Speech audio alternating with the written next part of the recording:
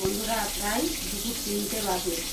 3টে বাজে, ওই 2:49 ওই দুটো বাজতে পুর। যায়। কটা? 2:49। তো আগে তো বাতি দিয়ে চালাচ্ছি, টাটকা দুটো পদ খাবে রান্না করছি। তো চলুন আগে দুপুরের লাঞ্চ মেনুটা বাকি টাটকা সব মিশিয়ে আছে আপনাদের সাথে শেয়ার করে নিই। এই যে এইটা টাটকা, এই মেনুটা গরম গরম ভাত ধোঁয়া ওটা এই সাদা, আর ওই যে দেখুন পোড় দিয়ে ছোলা দিয়ে এটা কালকের বাটি, আর ওই ঝোলটাও কালকের বাটি, বড়ি দিয়ে সব রকম আনাজ দিয়ে সব নিরামিষি। আর এই ঝোলটিতে খালি 3 পিস মাছ ভাজা করে নিচ্ছি, বুঝতে পেরেছেন।